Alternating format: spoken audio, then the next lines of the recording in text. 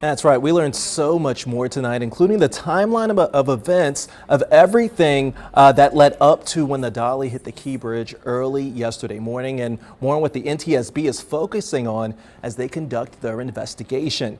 Now, the NTSB said that they actually boarded the ship around noon today, along with the Marine Safety Team. They said that there were 21 crew members and 2 pilots on board, meaning that there was a total of 23 people on board the dolly at the time of the collision. And those crew interviews are underway right now. Now, they've also done a preliminary analysis of the ship's voyage recorder data, or VDR, which they say is much more basic than a black box that you typically find on an airplane. It does show the ship entering the channel at around 1:07. And then at 1:24, when the ship was going around 9 miles per hour, numerous alarms went off on the bridge and the VDR stopped. Then about 2 minutes later, it starts again, and that's when the pilot puts out the first call at around 1:26 to ask for tugboats to assist. A minute later, at 1:27, the pilot of the ship's orders that the port anchor to drop, and then radios that the ship lost power and is approaching the bridge. That's when the Coast Guard told the MDTA to shut down the bridge and all lanes were closed. The VDR recorded the collision about 2 minutes later at 1:29.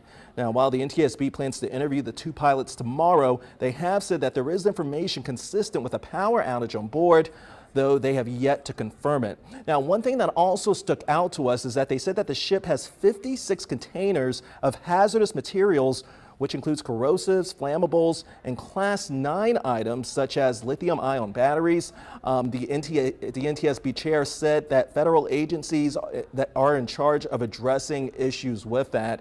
And on top of that, the chair said that they have requested information on inspections of the bridge over the last decade. And on top of that, their family assistance team continues to do work and outreach to family members as well. Now, there are other details of the VDR that they still need to analyze. We do know, though, that we can expect some kind of preliminary report in the next 2 to 4 weeks, and a final report is expected within 12 to 24 months.